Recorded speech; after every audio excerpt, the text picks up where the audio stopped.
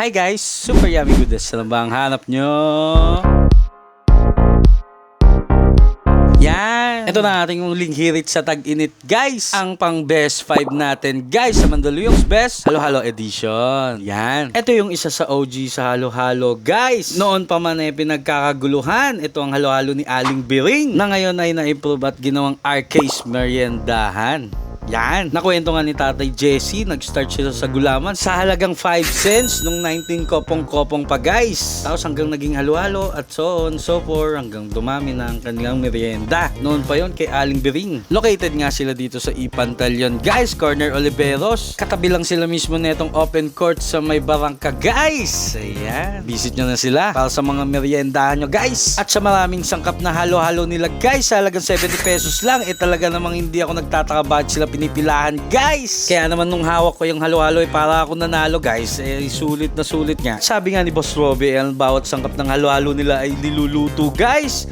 At hindi to binili na instant. Kaya nga naman ang sarap-sarap nga naman ng bawat sangkap na inyong malalasap dito sa Arcade Meriendahan. Yan! Hindi na ako nagpauli at umorder na ako guys. Kitang-kita nyo nga hindi yan tinipid sa bawat sangkap. Ayan guys. Classic na classic talaga yan guys. Kompleto sa bawat sangkap simula noon hanggang ngayon. Ayan, kita nyo guys. Lahat ay minatamis talaga. At ang isang classic pa nga nila ay yung kudkura nila ng yelo guys. Hindi ko na yan nakikita sa iba. Tignan nyo nga yan si Boss Robbie. Lumalaki yung muscle dahil sa kakahalo. Ito palang sikreto sa pagiging macho. Mag-OJT nga ako dyan, Boss Robbie. At syempre, patapos na yung halo-halo ko. Siksik talaga sa yelo. Galit na galit sila. Ayaw nila magtipid, guys. Dahil ang motto nga daw nila huwag tipirin para maraming dumating.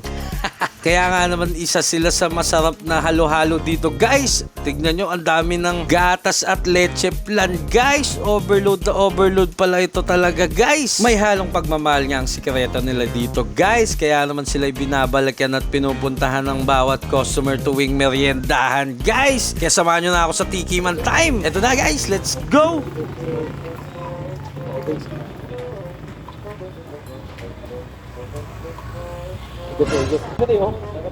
Wow. Ayaw ni Every guys, take 2 tayo. Guys, ito yung halo-halo ni Aling Biring. Classic na classic guys. Let's check lang nila guys. Jam.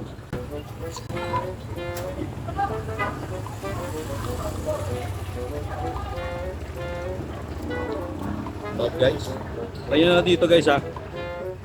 So, yung mga sangkap, may natamis talaga. Ayan.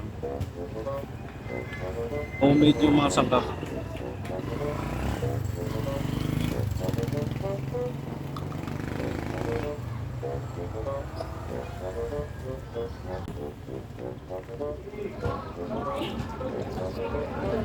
Tama lang yung tamis guys.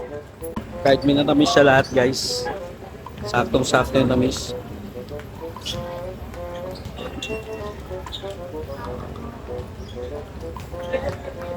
Tapos creamy. Solid guys. Tayo na itong halo-halo ni Aling Biring guys.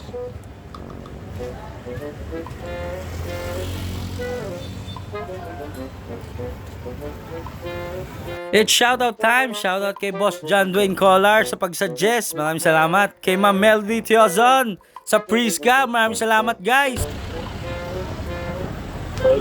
At ayan si Every, huli pero hindi kulong. Nakahanap ng kalaro kaya ayaw kumain guys. Kaya kung gusto nyo ng meriendahan, bukod sa halo-halo guys, puntahan nyo lang sila. Tara na, let's go! Kaya thanks for watching guys. For more super yummy goodness, like, comment, and subscribe.